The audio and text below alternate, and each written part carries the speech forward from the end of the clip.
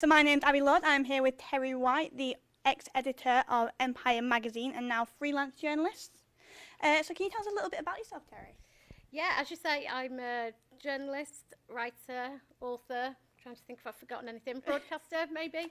I was a magazine journalist for 21 years. I've just recently gone freelance after editing Empire for 6 years. And I write books as well. So what was it about print journalism that drew you?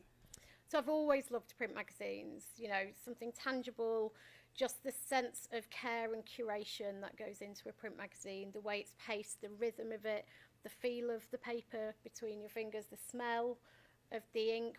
There's no smell like the smell that comes out of the box when you open the box that's coming from the printers that's got the first run of magazines in. I've always been obsessed with them as kind of objects. And I still massively love print journalism. I think it just allows you to be considered in a way that maybe a lot of digital journalism this way isn't geared towards. And I think it's a really important part of a lot of major magazine brands like Empire, for example. So I think I'll always love print. So as a woman in journalism, it is quite difficult for women in journalism. There's a lot of discrimination and stereotypes towards us. At what point do you think we'll be able to stop having to prove ourselves in the journalistic world? Oh God, that's a good question. I think, and I've definitely always felt like I had to prove myself that I was as good as the men I was surrounded by. I would work longer hours, I would work harder. And I think a lot of that pressure came from myself as much as anyone else. What I thought people thought about women in journalism. I think things have definitely improved over the last, 20 years that I've been in magazine journalism. I think there are real problems built in which need tackling. So things like maternity leave, how much you actually get paid to be able to be at home with your child, flexible working for when you go back to work. There are real kind of practical problems still within the industry that make it hard for women who make certain choices and of a certain age to stay within magazine journalism. So you'll often see a lot of women in their 20s in magazine journalism, but actually in their 30s and 40s they become much rarer. I made the decision to walk away from my job because I wasn't able to see my son as much as I'd like. And you would hope that wouldn't be the kind of decision we'd have to make in this day and age, but we kind of do.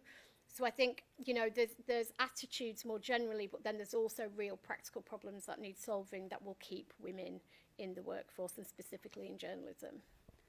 In your talk, you mentioned a lot about mental health, and there's still a stereotype that most women are quite emotional. But wouldn't you say being emotional sometimes produces the best articles, the best pieces? So yeah, I think empathy is really important as a journalist, because understanding other people is what allows you to tell their stories. And I think, there is a lot, especially women, as you say, hysterical, emotional, whatever you want to say. Some of the best journalists I know are very, very in touch with their emotions and are able to use them when they need to be able to elicit a great story from somebody and then tell that story. Those are the two parts to our jobs, really crassly speaking.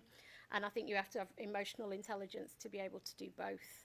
And so I think definitely empathy is a skill that maybe hasn't always traditionally been valued within journalism, but I hope in kind of 2021 that that's shifted and people realise that actually that's what part of what makes a great journalist. Yeah, absolutely. As myself, I'm about to step into the career. I'm expecting not to get a job straight away, like realistically. So, like, how important is failure at the start of the career? I think it is important, but it's also what you're massively scared of. I think partly because I was from a working class background, I was like terrified of failure because I thought failure meant that I'd get like kicked out of London, have to go home, would never be allowed near journalism again. And I was always terrified of making the wrong choice, of doing something wrong. And I think that stopped me enjoying the first probably 10 years of my career because I was so kind of obsessed with making the right move, of doing an amazing job. And I think actually those early years in your career are really great for just playing, for seeing what you want to do. Do I want to do broadcast journalism? Do I want to do news reporting? Do I want to do long form feature writing? And actually being able to dip in and out of those things and work out where your actual passion and specialty lies is part of developing your career. And part of that will inevitably mean failure because there'll be things you aren't as good at that you are at there's a sentence in there somewhere. Basically, you'll be better at some things than other things. And I think it's really important. And I think kind of getting rid of that fear of failure is really important, because I can remember just being anxious about it the entire time. And finally, are you looking forward to taking this next step in your career?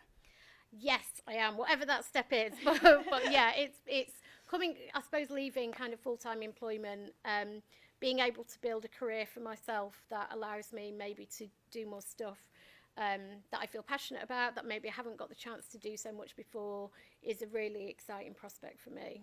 So fingers crossed I don't end up, living under a bridge. Just as nervous as undergrads then. Yeah, exactly. It was really nice talking.